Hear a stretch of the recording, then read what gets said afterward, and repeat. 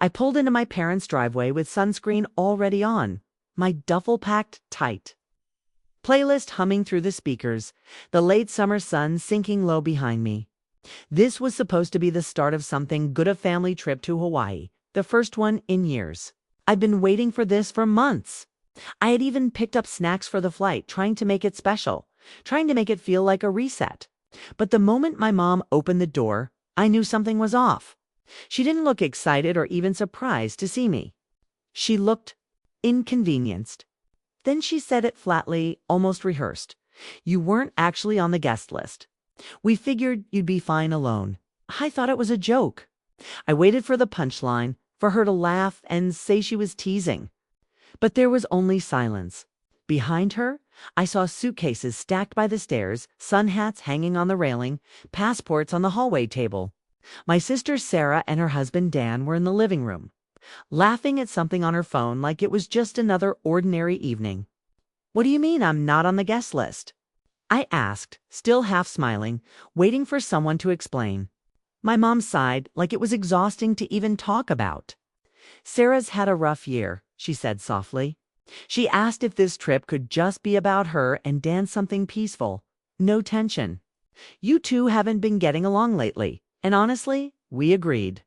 We wanted her to have something calm for once. I felt my smile die in real time. They had dumped me, not by accident, not because of a mix-up, but as a gift to my sister. I looked past my mom's shoulder. My dad stood in the kitchen pretending to stir something that clearly wasn't cooking. He didn't turn around. Nobody moved to stop me. So I left. Back in my car, I sat for a long moment, not even angry, yet just humiliated. All those months of planning, all those vague answers every time I asked about flights or hotels. "We'll let you know." Still confirming things. I thought they were being disorganized, but no, they were planning around me, without me. At 10:47 that night, my phone buzzed. A Venmo request from my mom, $500, your share of flights and villa. I stared at it and smiled, slow and sharp. I sent back $1 with a note. "You'll have a surprise." Then I opened my laptop, checked their flight number, and saw exactly what I expected. It still had seats available. I booked one. Same flight, same gate. If they wanted peace, fine. But I wasn't going to sit home while they posted beach photos. I deserved the same sunshine, maybe even a better view. And I'd make sure their little peaceful trip came with a twist they wouldn't forget. The next morning, I booked my own villa, oceanfront, private cabana, infinity pool, bottle of champagne on arrival. I put the reservation under their last name, Miller family, and left a note for the staff. They prefer early check-in and a chilled bottle ready. I didn't want revenge. I wanted balance. Something to even out the years of being left out quietly. The next day, I was at the airport before sunrise, hoodie up, headphones on. They were there too, exactly as I'd pictured, my dad clutching his old travel folder like a relic. Sarah with her designer neck pillow looped through her suitcase. My mom fussing about boarding groups. I waited until the last call, then slipped in with group 4 while they were busy talking to the gate agent. Nobody noticed me. Nobody ever did until it was too late. On the plane, I sat a few rows back, pretending to sleep through most of it, watching them from behind the safety of strangers. They laughed, ordered drinks, looked like the perfect family. I just smiled faintly. They thought they were escaping me, but I was already part of their itinerary. When we landed in Hawaii, I waited until the plane had almost emptied before standing. The sunlight spilled through the open cabin door, that golden tropical glow that made everything look a little unreal. My family hurried ahead, laughing as they disappeared into the arrival crowd. I followed at my own pace. The air outside was thick and sweet, the kind that clings to your skin. And then I saw a man holding a white sign that read Miller Family. My driver. He didn't even blink when I stepped forward. Handed him my bag and said, "That's us." 20 minutes later, I was stretched out in the back of a black SUV with cool towels and bottled water in a wicker basket. The driver offered macadamia nuts and smiled like this was all completely normal. When we pulled up to the villa, it felt like a dream. Private beach, turquoise water just beyond the palms, the soft hush of waves instead of hotel chatter. My cabana had a hammock between two trees, an infinity pool that caught the reflection of the clouds, and a deck that opened right onto the sand. Inside, a bottle of champagne waited on ice beside a note. "Welcome back, Miller family." I smiled. "They'll be joining later," I told the staff when they asked about my guests. They nodded politely. Everything was perfect. I unpacked, showered, and sat on the deck with my feet in the pool. Somewhere across the island, my parents and Sarah were probably checking into their resort, crowded, noisy, family-friendly, not the peaceful paradise they'd promised themselves. That night, curiosity got the better of me. I walked along the shoreline until I could see their hotel lights glimmering in the distance. I stayed out of sight far enough to just make out the outlines of people on the beach. I saw them.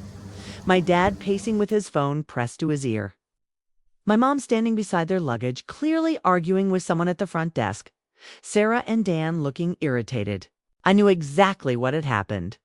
They tried to check in under Miller, only to be told their villa was already occupied by me. The staff would have said, very apologetically, that the VIP guest had arrived hours earlier and enjoyed early check-in. The only thing left was a downgraded suite farther from the beach. I could imagine the outrage. I turned and walked back, smiling to myself. I wasn't trying to destroy their trip. I just wanted them to feel, for once, what it was like to be excluded, forgotten, left behind. The next morning, I woke up to sun filtering through white curtains and the sound of gentle waves. It was so quiet, it almost didn't feel real. I had breakfast, tropical fruit, coffee, something that looked like gold on a plate, and felt something I hadn't felt in years. Peace. Then my phone buzzed. A text from Mom. "Did you do something with our reservation?" I ignored it. 10 minutes later, another from Sarah. "We need to talk. Something weird's going on with the villa." I put the phone face down and leaned back. I wasn't ready to talk to anyone. An hour passed. Then another text, this time a voice note from Sarah. I didn't even listen to it. I already knew what she'd say. Eventually, my dad called. I let it ring twice before answering. "Did you book something in our name?" His tone was tight, controlled. "I did," I said. "Why?" "I figured you'd be fine alone." There was silence. Then the line went dead. I laughed softly and went back to my pool. That afternoon, I met two women at breakfast, Cassie and Joy, both from Seattle. They were supposed to be at a bachelorette party that got canceled last minute, so they were just winging it, looking for adventure. We clicked instantly. They joined me later for drinks, and by sunset, we were laughing like old friends. It wasn't about revenge anymore. It was about reclaiming something, joy maybe. My family spent the next 2 days trying to fix their vacation. I spent mine snorkeling, reading, drinking cocktails with ridiculous flowers in them. I passed Sarah once on the beach path. She saw me, did a double take, and froze. I was wearing sunglasses, tan already setting in, relaxed in a way she hadn't seen in years. She didn't say anything. Neither did I. I didn't need to. That night, I watched the sunset with Cassie and Joy. We talked about nothing important: work, favorite cities, bad relationships, and it felt like breathing after holding my breath for years. For the first time in my life, I wasn't chasing anyone's approval. The peace I felt wasn't loud or triumphant. It was soft still, like something inside me had unclenched. The morning after that silent encounter with Sarah, I woke up to rain. Not the heavy kind that ruins your plans, just a soft drizzle that made the ocean look like liquid glass. I stayed in bed for a while, listening to the sound of water tapping against the deck. For the first time in months, I didn't feel the urge to check my phone. No notifications, no noise, no guilt. Just quiet. Eventually, I got up, brewed coffee, and sat near the window, watching the storm roll past. The horizon blurred into mist, and I thought about how strange it was that peace could feel so unfamiliar. Around noon, I got a message from an unknown number. It was Sarah. "We're leaving early. Mom's been crying. Dad's furious. They think you've embarrassed the family." I stared at the message for a long time. Embarrassed the family. As if they hadn't embarrassed me my whole life. I typed a reply, then deleted it. What was the point? Some people only hear what confirms their story. Instead, I put on my sandals and walked barefoot along the wet shoreline. The rain had washed away most of the footprints, leaving the beach clean and empty. I thought about my childhood family dinners where I was always the afterthought. Vacations where my siblings got the best rooms while I got the couch. Every memory had a pattern. Me waiting, them forgetting. Maybe that's why this trip felt like closure. Later, I joined Cassie and Joy for lunch at a cliffside cafe overlooking the bay. The rain had stopped and sunlight broke through the clouds like gold shards. Start. We talked about silly things, Cassie's tattoo ideas, Joy's travel bucket list, the cute waiter who kept refilling our drinks. For a few hours, the world felt light. But peace has a way of inviting reflection. That night, lying in bed, I opened my phone again. Dozens of missed calls. A voicemail from Mom. I hesitated, then pressed play. Her voice was small. "Sweetheart, I don't understand why you did this. We just wanted a family trip. You didn't have to hurt us to make a point. Please call me back. I miss you." I stared at the ceiling, the fan casting slow shadows across the room. I miss you. Those 3 words hit me harder than I expected. Because as angry as I'd been, I missed them too. The sound of my mom humming in the kitchen, Dad's corny jokes, even Sarah's endless talking. For years, I'd felt invisible, but maybe they'd just been oblivious, not cruel, just careless. And maybe I'd gone too far. The next morning, I decided to visit them before they left. Not to apologize, but to close the loop properly. Their hotel wasn't far, just a 15-minute drive along the coast. I borrowed one of the resort's bikes and rode there. The wind was soft, the sea smelled sharp. When I reached the hotel, I found them in the lobby, checking out. My mom looked up first. Her eyes widened when she saw me, then softened. My dad didn't say anything. He just exhaled like he'd been holding his breath for days. Sarah crossed her arms. "So," she said, "did you have fun?" I didn't answer. I just looked at my mom. "I came to say goodbye," I said. Tears filled her eyes. "You really hurt us. You know that?" "I know," I said quietly. "But you hurt me too." Silence. The kind that stretches and trembles. My dad rubbed his forehead. "You could have just told us instead of this. Stunt." "I did, Dad. I told you. You just never listened."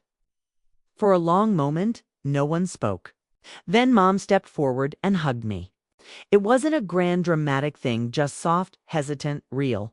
"We'll do better," she whispered. I nodded. "So will I." We stood like that for a few seconds, the smell of her perfume pulling me back to childhood. Then she pulled away. Sarah still looked skeptical, but there was something different in her eyes, respect, maybe, or realization. They left that afternoon. I watched their car disappear down the coast road, then turned back toward the beach. I thought I'd feel triumphant. Instead, I just felt lighter. Back at the villa, Cassie and Joy were packing. Their flight was in a few hours, but they hugged me like we'd known each other for years. "Promise you'll visit Seattle," Cassie said. "I might," I smiled. After they left, the villa felt quieter than ever. I poured a glass of wine, sat on the deck, and watched the sun sink into the horizon. The water shimmered pink and gold. For the first time, I didn't feel like I was missing out on something. I wasn't waiting for anyone to include me. I was already where I needed to be. That night, I took one last walk down the beach. I found a smooth shell, small and white, and slipped it into my paquita. Reminder of the week everything changed.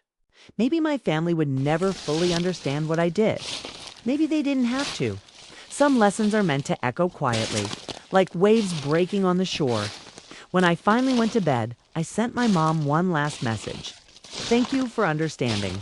I love you." Her reply came almost instantly. "Love you too. Come home soon." I smiled into the dark. Maybe I would, but not yet. Not until I was sure I could return without losing myself again. A few days passed after they left, and the silence around the villa started to feel different. Not lonely, just still. The ocean had its rhythm. The wind had its own language. And for the first time in a long while, I felt like I belonged to something larger than my own story.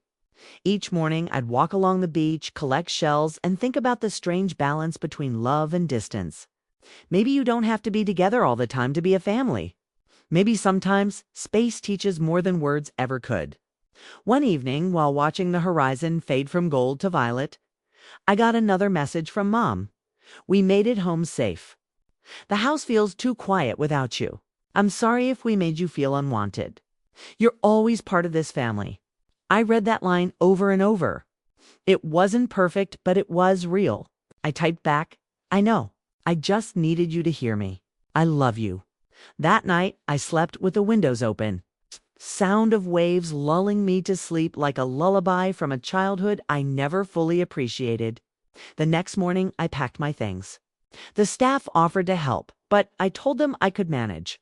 Every folded shirt, every item tucked away, felt symbolic, like I was closing a chapter without bitterness. I checked out, thanked the manager, and stood for a long time at the edge of the property, just staring at the sea. Then, out of instinct, I called the airline and changed my flight, not to go home, but to spend a few more days in Honolulu.